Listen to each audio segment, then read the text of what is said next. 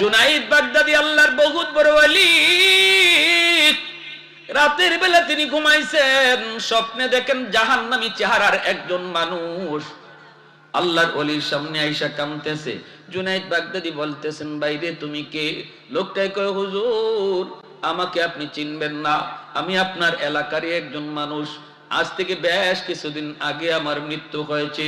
কবরের ভিতরে আমি আযাব ভোগ করতেছি, আমার গুনার কারণে আমি কবরে আযাব ভোগ করতেছি। আমি জাহান্নামের একজন আসামি, জাহান্নামের আসামি। আল্লাহ আমাকে জানায় দিছে, গোলাম দুনিয়াতে একটা মেয়ে সন্তান রেখে এসেছো, আর কোনো সন্তান নাই। মেয়েটারে তুমি আমি আল্লাহর পরিচয় শিখাও নাই, মেয়েটারে তুমি কালেমা শিখাও নাই, মেয়েটারে আখিরাতের ফিকির তার কলিজা দাও নাই, মেয়েটারে এমন শিক্ষা শিখাও নাই যেই শিক্ষায় তোমাকে ইয়াদ করে তোমার জন্য উপকার হয়। এ গোলাম, যদি তোর মেয়েটা তোর জন্য একটু দোয়া করি, তোর জন্য যদি দান সদকা করে, তোর কথা যদি ইয়াদ করে, আমি আল্লাহর কাছে মাপ চাই, এই সন্তানের হাতের উসিলায় আমি আল্লাহ তোমাকে মাফ করে দিব। ওগো আল্লাহর ওলি, আমি তো বড় বিপদে পড়ে গেছি, আমার মেয়েকে এই খবর এখন আমি কেমনে দিব? আমি তো কবরে চলে গেছি, কবরের ভিতরে তো আমি আযাব ভোগ করি। আমি আপনার কাছে এসেছি সাহায্যের জন্য। যদি আপনি ঘুম থেকে উইটা সকালবেলা যাই আমার মেয়েটারে একটু বলেন, আমার মেয়েটা যদি আমার জন্য কোনো দান সদকা করে, অথবা মেয়েটা আমার জন্য একটু হাত উঠায়, অথবা মেয়েটা যদি আমি আমার জন্য আল্লাহর কাছে দোয়া করে, আল্লাহ আমার আযাব মাফ করে দিবে। জুনাইদ বাগদাদি ঘুম থেকে ওঠার পর ওই মেয়েটার সন্ধানে তিনি বের হয়েছেন। মানুষকে জিজ্ঞেস করেন, বাইরে মেয়েটা কোথায় আছে তোমরা জানোনি? মানুষেরা কয়, হুজুর এই মেয়েটার কাছে আপনি যায়েন না, মেয়েটার চরিত্র ভালো না, ওর কাছে আপনি যায়েন না। জুনাইদ বাগদাদি কয়, বাবা ভালো না খারাপ তা জানতে চাই না, একটা প্রয়োজন খবর দেওয়ার জন্য যাইতে হবে। মানুষের কাছ থেকে মেয়েটার সন্ধান নিয়া জুনাইদ বাগদাদি তিনি চলে আসলেন মেয়েটার কাছে। নদীর ঘাটে মেয়েটা গোসল করে, আল্লাহর ওলি তিনি বাহিরে দাঁড়ায় রইলেন। মেয়েটা যখন উপরে আসলো, জুনাইদ বাগদাদি যায় সামনে দাঁড়ালেন। এমনি মেয়েটা তখন কয়, মৌলবী তুমি আবার কি চাও? জুনাইদ বাগদাদি কয়, মারে আমি কিছু চাইতে আসি নাই, একটা খবর দিতে এসেছি। মেয়েটাই কয়, কিসের খবর, কার খবর? জুনাইদ বাগদাদি কয়, তোমার বাবার খবর। কয়, আমার বাবার আবার কিসের খবর? বাবা তো বহু আগেই কবরে চলে গেছে, বাবার আবার কিসের খবর? জুনাইদ বাগদাদি কয়, মা তোমার বাবা কবরের মধ্যে আযাব ভোগ করে, আযাব আল্লাহ তারে জানায়া দিছে, রে মা তুমি যদি তোমার বাবার জন্য দান সদকা করো, যদি তোমার বাবার কথা ইয়াদ করে আল্লাহর কাছে মুনাজাত করো, আল্লাহ তোমার মুনাজাতের উসিলায় তোমার বাবার আযাব আল্লাহ মাফ করে দিবে। এই খবরটা তোমার বাবার স্বপ্নে আমাকে জানাইছে রে মা, একটু বলো বাবার কথা ইয়াদ করো। মেয়েটা গুনাহ করতে করতে কলিজা শক্ত হয়ে গেছে। মানুষ যখন গুনাহ বেশি করে কলিজা শক্ত হয়ে যায়, দিল শক্ত হয়ে যায়, চোখ দিয়া পানি ঝরে না। মরণের কথা কবরের কথা বললো তার কলিজা নরম হয় না, মুনাজাতে চোখ দিয়া পানি আসে না। এই আলামত হলো কলিজা শক্ত। গুনার কারণে কলিজা শক্ত হয়, কলিজা শক্ত হয়। ভাইরা বন্ধুরা, যখনই মেয়েটার এই কথা বলছেন, মেয়েটার কলিজা তো নরম হয় না। মহিলায় কয়, কি মৌলবী মৃত মানুষের খবর লইয়া তুমি আইছো বুঝি, আর কোনো তুমি খবর পাও না? এই বইলা ঠাট্টা কইরা মজাক কইরা এক মুষ্টি পানি হাতে নিয়া জুনাইদ বাগদাদির দিকে এইভাবে পানি দিয়া ঢিল মারলো, আর বলতেছে, নেও আমার বাপের রুহের মাগফিরাতের জন্য আমি এক মুষ্টি পানি সদকা করলাম। জুনাইদ বাগদাদি দৌড় দিয়ে সরে গেলেন, কাপড়ের মধ্যে পানিটা পড়তে দেন না, চোখ দিয়া পানি ধরে আর কান্দে, আর কই, মালিক সন্তান বুঝি এমন হয় যেই সন্তানের কারণে বাবা রাতকে দিন বানায়, যেই সন্তানের কারণে রোদে পড়ে বৃষ্টিতে ভিজে, কত কথা, কত গালি, কত বাবা কত জায়গায় সন্তানের কথা চিন্তা করে আজকে এই সন্তান বুঝি বাবার জন্য একটু দরদ দেখাইল না। হায় রে দুনিয়ার সন্তান, হায় রে দুনিয়ার সন্তান, হায় রে দুনিয়ার সন্তান। এই বইলা জুনাইদ বাগদাদী আফসোস করে করে বাড়িতে চলে গেলেন। এই রাতে ঘুমাইলেন, স্বপ্নে দেখেন ওই লোকটা জান্নাতি চেহারা লইয়া সামনে হাজির। আল্লাহর ওলি কই, ভাই গতকাল ছিলা তুমি জাহান্নামী, আজকে তুমি জান্নাতি, কারণ কি? তোমার মেয়ে তো কোনো উপকার তোমার করে নাই, তাহলে কেমনে পরিবর্তন হলো?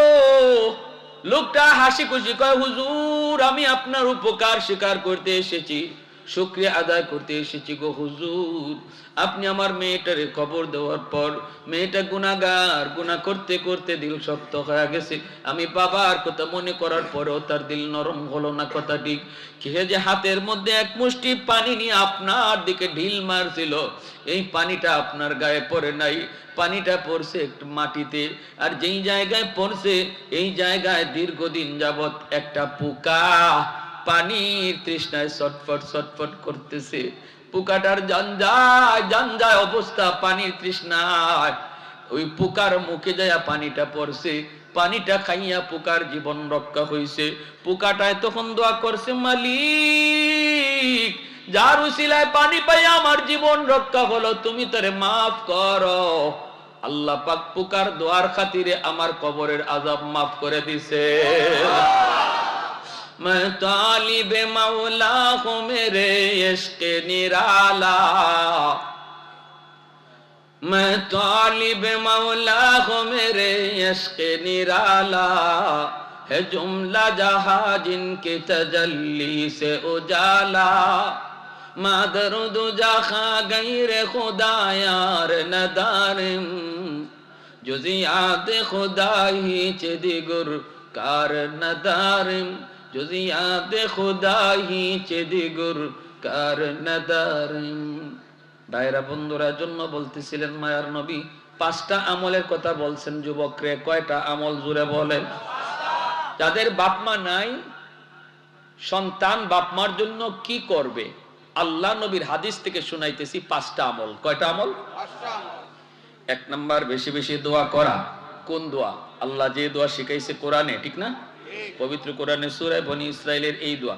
2 নম্বর, নবী কয় বেশি বেশি দান সদকা করা, ওয়াজ মাহফিলে সাহায্য করা, মাঝে মাঝে বাপ মার জন্য ওয়াজ মাহফিলে আয়োজন করা। এই যে যেমন আপনাদের যুবকগুলি, এই এলাকার যুবকগুলি আজকে তাদের মুর্দে গানের কথা ইয়াদ করে এত সুন্দর আয়োজন করেছে, আল্লাহর নবীও বলেছেন এটা 2 নম্বর কাজ। 3 নম্বরে নবী বলেন ইনফাজ ওয়াহদিহিমা মিন বাদিহিমা, বাবা মার যদি কোনো ঋণ থাকে ঋণ পরিশোধ করা, অর্থাৎ বাবার কাছে কেউ পায়, মার কাছে কেউ পায়, এই পাওনাটা তুমি সন্তান হিসাবে পরিশোধ করো। যখনই বাপ মার পাওনা তুমি পরিশোধ করবা, সাথে সাথে তোমার খেদমত মা বাবার কবরে পৌঁছায়া দিবে কে? আল্লাহ। ভাই শুনো, ভালো করে শুনো। বাবা কারো হক নষ্ট করছে, তুমি সন্তান হিসেবে জানো। এই যুবক, বাবা কথা কই না। বাবা কারো হক নষ্ট করছে তুমি সন্তান জানো। যেমন তোমার ফুফুর, অর্থাৎ তোমার বাবা তার বোনের হক দেয় নাই, হতে পারে। অথবা তোমার বাবা তোমার বোনদের হক দেয় নাই, সব সম্পদ তোমারে লিখে দিয়ে গেছে। এমনও বাবা আসেনি না নাই? ভালো করে খেয়াল রাখেন। যে অংশটা আল্লাহ কোরআনের মধ্যে উল্লেখ করে দিছে, বোনের কতটুকু অংশ, ভাইয়ের কতটুকু অংশ, এই বন্টনটা করছেন কে? আল্লাহ। কোন চেয়ারম্যানে না, কোন মেম্বারে, কোন এমপি মিনিস্টারে না, বন্টনটা করে দিয়েছেন কে? আল্লাহ। তোমার বাবা এই আল্লাহর বন্টন করা মোতাবেক সম্পদ দেয় নাই, কাউরে ঠকাইছে, কাউরে জিতাইছে, এটা তুমি জানো। তোমার প্রতি মায়া দেখায় কবরে যাওয়া মাত্রই যত বড় হাজি সাহেব হোক, উনি যত বড় হাজি সাহেব, বছরে বছরে হজ করুক, যত বড় তাহাজ্জুদ গুজার হোক, নিশ্চিত কবরে আগুনে জ্বলতেছে, কারণ এটা বান্দার হক। এটা কার হক? বান্দার হক। বান্দার হক আল্লাহ মাফ দিবে না।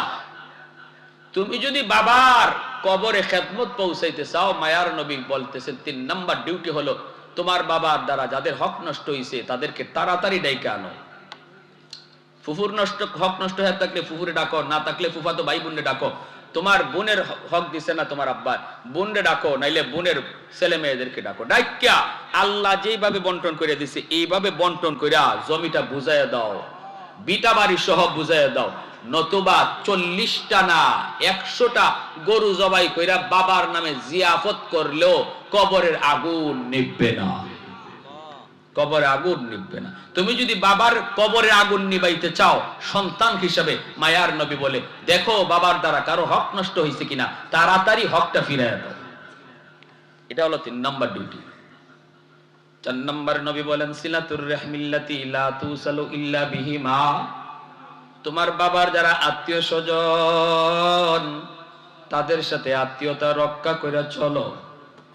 বাবার রক্তের মানুষগুলার খবর নেও। যখনই বাবার রক্তের মানুষগুলার খবর তুমি নিবা, সাথে সাথে তোমার বাবার কবরে আল্লাহ তোমার খেদমত পৌঁছায় দিবে। বাবা নাই চাচা আছে, বাবা নাই ফুফু আছে, বাবা নাই চাচা তো ভাই বোন, দাদা দাদি, চাচা চাচি, ফুফা ফুফি, ফুফা তো ভাই বোন, চাচা তো ভাই বোন, এরা হলো তোমার বাবার রক্তের মানুষ। মায়ার নবী কই বাবা নাই, বাবার রক্তের মানুষগুলা আছে, ওদের খবর নাও, সুখে দুঃখে তাদের পাশে থাকো, তাদেরকে মাঝে মাঝে সাহায্য করো। যখনই তুমি তাদের পাশে দাঁড়াইবা, সাথে সাথে আল্লাহ তোমার খেদমত বাবার কবরে পৌঁছায় দিবে। মা দুনিয়ায় নাই, মা রক্তের মানুষগুলা আছে, যেমন নানা নানি, মামা মামি, খালা খালু, এরা হলো মা রক্তের মানুষ। খালাতো ভাই বোন, মামাতো ভাই বোন, ওদের খবর যখনই তুমি নিবা, যখনই তাদের খোঁজ খবর নিবা, অন্তত মোবাইলেও জিজ্ঞেস করবা মামা তুমি কেমন আছো, খালা তুমি কেমন আছো। যখনই খালা কয়ে ডাক দিয়া কইবা খালা তুমি কেমন আছো, আল্লাহর নবী কয় যেন তুমি তোমার মায়ের কবরে ফোন লাগাইছো, যেন মার খবরটা তুমি নিতেছ, মামার খবর নিছো না, যেন মায়ের খবর তুমি নিতেছ। কারণ মার রক্তের মানুষগুলার পাশে যখনই তুমি দাঁড়াইবা, সাথে সাথে আল্লাহ মার কবরে তোমার খেদমত পৌঁছায় দিবি। কিন্তু আমাদের সমাজে আজকে আমরা দেখি ব্যতিক্রম। আমরা নিজে বড় হলে নিজে রক্তের মানুষগুলার দিকে তাকাই না, উল্টা হয়ে গেছে। উল্টা বাবার নামে 10টা 20টা গরু খাওয়ায়, কিন্তু বাবার রক্তের মানুষ ভিক্ষা করে খায়। আসেনি না নাই? লাভ নাই। বাবার রক্তের মানুষগুলা যদি কষ্ট পায়, বাবা কবরে কষ্ট পায়। মার রক্তের মানুষগুলা যদি তোমার দ্বারা কষ্ট পায়, মা কবরে কষ্ট পায়। মায়ার নবী কই 4 নম্বর ডিউটি হলো মা বাবার রক্তের মানুষগুলার খবর তুমি নেও। এখনকার যুগে আর যাওয়াও লাগে না, অন্তত মোবাইলের মাধ্যমে সপ্তাহে একবার আত্মীয় স্বজনের কাছে ফোন দিও রে যুবক। আল্লাহ তোমার পয়সা দিয়েছে, আল্লাহ তোমার সম্পদ দিয়েছে, আলহামদুলিল্লাহ শুকরিয়া আদায় করো। লিস্ট করে নাও, খাতার মধ্যে আত্মীয় স্বজনের নাম্বার গুলা লেখা নাও। মামার নাম্বার, মামির নাম্বার, নানার নাম্বার, নানির নাম্বার, চাচা চাচির নাম্বার গুলো তাদের মোবাইলে তুমি খাতায় লিখে নাও। সপ্তাহে তারিখ ধার্য করে দাও, সপ্তাহের অমুক দিন আমি সবাইকে ফোন দিয়ে খবর নিব। চাচা তুমি কেমন আছো, মামা তুমি কেমন আছো। আল্লাহর নবী কয় যুবক তুমি তোমার মার খেদমত বুঝি কবরে পৌঁছাইতে চাও, ফোনটা তুমি যেই মামারে দিবা, আল্লাহ খেদমত মার কবরে পৌঁছায় দিবে। 5 নাম্বার আমলটা, সর্বশেষ আমলটা শুনেন, বয়ান প্রায় শেষ। ইকরামু সাদিকিহিমা মিন বাদিহিমা। নবী বলেন মা নাই, বাবা নাই, কিন্তু বাপ মার বন্ধু বান্ধব আছে। বাবার বয়সের মানুষ আছে, মার বয়সের মানুষ আছে। যখনই তুমি বাবার কোন বন্ধু বান্ধবকে তুমি পাইবা, তখনই বাবার মতো লোকটারে শ্রদ্ধা কইরো। তুমি ডাক দিয়া কইও চাচা কতকাল আব্বার সাথে চলছেন, আজ আমার আব্বা দুনিয়ায় নাই। আব্বা থাকলে তো ঘরে আসতেন, 1 কাপ চা খাইতেন, চাচা একটা চা খাইয়া যান। যেই মাত্র ঘরে আইনা চাচার 1 কাপ চা খাওয়াইবা, আল্লাহ পাক রব্বুল আলামিন তোমার খেদমত বাবার কবরে আল্লাহ পৌঁছায় দিবে। বাজারে পায়া গেছো তোমার বাবার বন্ধুরে, দেখা মাত্রই যায় সালামটা দিয়া আদবের সাথে হাতটা মিলাই কো চাচা, চাচা কত জীবন আব্বার সাথে চলছেন, আব্বা আমার কবরে, চাচা চলেন না চাচা একটা চা খাওয়াই। যখনই চাচার 1 কাপ চা খাওয়াইবা, মায়ার নবী কয় তোমার খেদমতটা আল্লাহ বাবার কবরে পৌঁছায় দিবে। যেই মাত্র বাবার বয়সের মানুষগুলানে তুমি শ্রদ্ধা করবা, বাবার কবরে আল্লাহ শান্তি পৌঁছায় দিবে। মা নাই, কিন্তু মা যাদের সাথে চলতো ওরা আছে। এদেরকে পাইলে মার মতো শ্রদ্ধা কইরো। ঈদে ঈদে পারলে মার মতো মার বান্ধবীদেরকে একটা শাড়ি কিনে দিও। গরিব মানুষ, মার বান্ধবী, মার সাথে চলতো, মার পাশে বৈশা পান সুপারি খাইতো, গল্প গুজব করতো, পাইলে ঈদে ঈদে একটা শাড়ি কিনে দিও, চাচার একটা লুঙ্গি কিনে দিও। যেই মাত্র তুমি শাড়িটা কিনে দিলে, আল্লাহর নবী কয় তোমার মারে আল্লাহ পাক কবরে জান্নাতি শাড়ি পরায় দিব। সুবহানাল্লাহ, সুবহানাল্লাহ, জোরে কোন না সুবহানাল্লাহি ওয়া বিহামদিহি সুবহানাল্লাহিল আযীম। হাদিসের আলোকে 5টা আমল শুনাইলাম। 1 নম্বরে নবী বলছেন, কোন মানুষটা আইছিল, একটা যুবক কানতে কানতে নবীর আইয়া এই প্রশ্নটা করছিল, নবী গো, আমার আব্বা আম্মার জন্য কি আমার কিছু করার আছে? নবীকে আছে। নবী হলেন বক্তা আর এই যুবক হইল শ্রোতা। একজন শ্রোতা আর বক্তা একজন, শ্রোতাও একজন, বক্তাও একজন। আমার ভাইয়েরা, বন্ধুরা, ওই অবস্থায় দেখা যায় এমন এক বয়ান আল্লাহ নবী করছেন, কিয়ামত পর্যন্ত কোটি কোটি মানুষ আমরা নবীর এই বয়ানের শ্রোতা হয়ে গেছি। তখন নবীর সামনে শ্রোতা ছিল মাত্র একজন। কয়জন? একজন। আর আজ এই বয়ানের শ্রোতা কত হাজারো কোটি মানুষ। কেমন দামি একটা বয়ান নবীজি একজন শ্রোতার সামনে রেখে করছেন। অতএব শ্রোতা কম না বেশি এটা ওয়াজের মাকসাদ নয়। মাকসাদ হলো কার অন্তরে কথাগুলা ঢুকছে, কে নিজেরে পরিবর্তন করার নিয়ত করে মাহফিল থেকে উঠছে। যদি একজন মানুষও নিয়ত করে আল্লাহ আর মারে কষ্ট দিব না, আল্লাহ আর আব্বারে কাঁদাইব না। আল্লাহ নবী কয়, যেই সন্তান রাতের বেলা মারে খুশি করে ঘুমায়, সকাল হওয়া মাত্রই আল্লাহ জান্নাতের দরজা খুলে দেয়। আর যেই সন্তান রাতের বেলা বাপ মারে কষ্ট দিয়া ঘুমায়, জানে মার মনে কষ্ট, বাবার মনে কষ্ট, এরপরও মাপ চায় নাই, মারে খুশি করে নে ঘুমায় গেছে, এই রাত যদি তার মরণ হয়, সে যত বড় আমল হোক, যত বড় আবেদ হোক, আল্লাহ নবী বলে সকাল হওয়া মাত্রই তার জন্য জাহান্নামের দরজা খোলা হয়ে যায়। অতএব আজকের রাতটার এই জীবনের শেষ সব মনে করে ইচ্ছায় অনিচ্ছায় যদি মা বাবারে কষ্ট দিয়ে থাকি, কারা কারা আজকে মাপ চাইতে রাজি আছে? একটু হাত উঠে আল্লাহকে দেখা।